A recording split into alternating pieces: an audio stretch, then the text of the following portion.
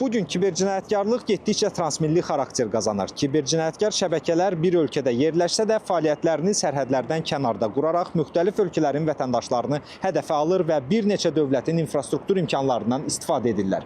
Ekspertlərin fikrincə bəzi kibercinayətkar qrupların əsas hədəfləri sırasında Türk Dövlətləri Təşkilatına üzv ölkələr yer alır.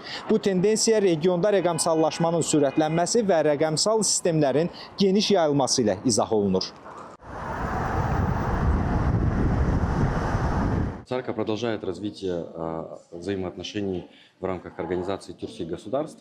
Biz Türk Dövlətləri Təşkilatına üzv ölkələrlə əməkdaşlığın gücləndirilməsinə üstünlük veririk və ölkələrimiz arasında artıq kiber təhlükələr barədə məlumat mübadiləsi qurulub. Yeni risklərin aşkarlanması və kritik infrastrukturun qorunması üzrə birgə iş aparılır.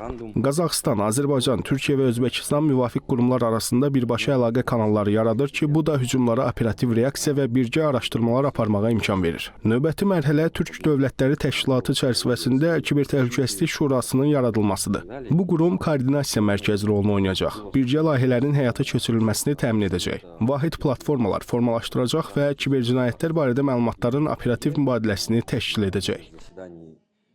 Interpolun qiymətləndirməsinə görə bugün kibercinayətlərin 80%-ə qədəri transmilli xarakter daşıyır və qlobal iqtisadi zərər hər il trilyonlarla dollarla ölçülür.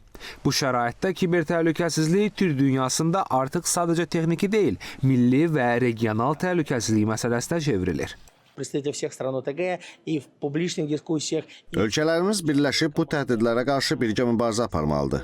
Əsas rol təkcə dövlətlərarası razılaşmalara deyil, praktik əməkdaşlığa verilməlidir. Bu il Qazaxıstan, Azərbaycan, Türkiyə və Özbəkistan iştirakı ilə keçiriləcək Turkish Digital Leaders Summitdə kiber təhlükəsizlik üzrə əməkdaşlığı daha da gücləndirməyə hədəfləyirik. Hesab edirəm ki, birbaşa əlaqə, təcrübə mübadiləsi və koordinasiya müasir kiber təhdidlərə qarşı effektiv cavabın əsasını təşkil edir. Rəqəmsal təhdidlərin artması kiber təhlükəsizlik sayəsində kollektiv yanaşmanın zərurliyini ön plana çıxarır. Bu kontekstdə Türk Dövlətləri Təşkilatına üzv ölkələr arasında koordinasiyanın gücləndirilməsi və vahid platforma üzərindən əməkdaşlığın qurulması prioritet istiqamət kimi formalaşır. Belə bir yanaşma informasiya mübadiləsinin operativliyini artırmaqla yanaşı, kiber təhdidlərə qarşı çevik və sinxron reaksiyanın təmin edilməsinə xidmət edir. Rövşən İlyasov, Azərbaycan Televiziyasının Mərkəzi Asiya Bürosu, Qazaxıstan, Astana.